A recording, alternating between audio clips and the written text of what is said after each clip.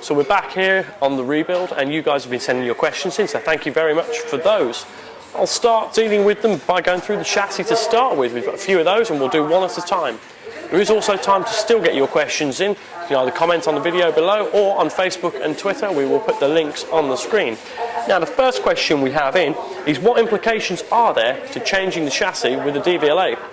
Well, a chassis, like many other things, is just a part. And according to the suppliers of this chassis, which we asked quite a few questions about, what the DVLA will want to know is that you've actually disposed of your old chassis and not resold it on to effectively allow a cloned vehicle to be on the road. Now, the easiest way to do that is actually to remove the chassis number from the previous chassis and disable the chassis at the same time, which is to say you've cut a section out of it, which means it's scrap. So what we do, and what most people will do, and if the DVLA ever knock at your door, what you should do is chop off the front leg of your chassis. So your chassis number will be just printed right across there.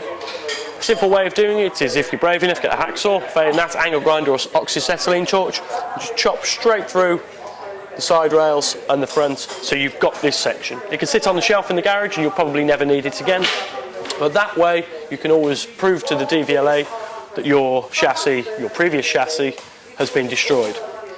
Now, some people ask about whether to cut out the old chassis number and attach it to the new one.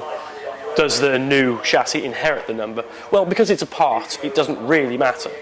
Now, it's worth keeping a record of whatever production number that your chassis does have, and this one has its own chassis number written on the side. Now, that won't tally up with the logbook per se, but it's a genuine replacement part, and as such, that shouldn't matter.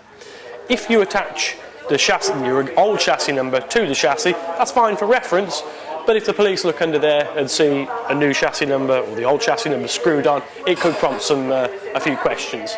So our recommendation is just to swap the chassis, prove that you've destroyed the old chassis, and keep the leg inside your shed.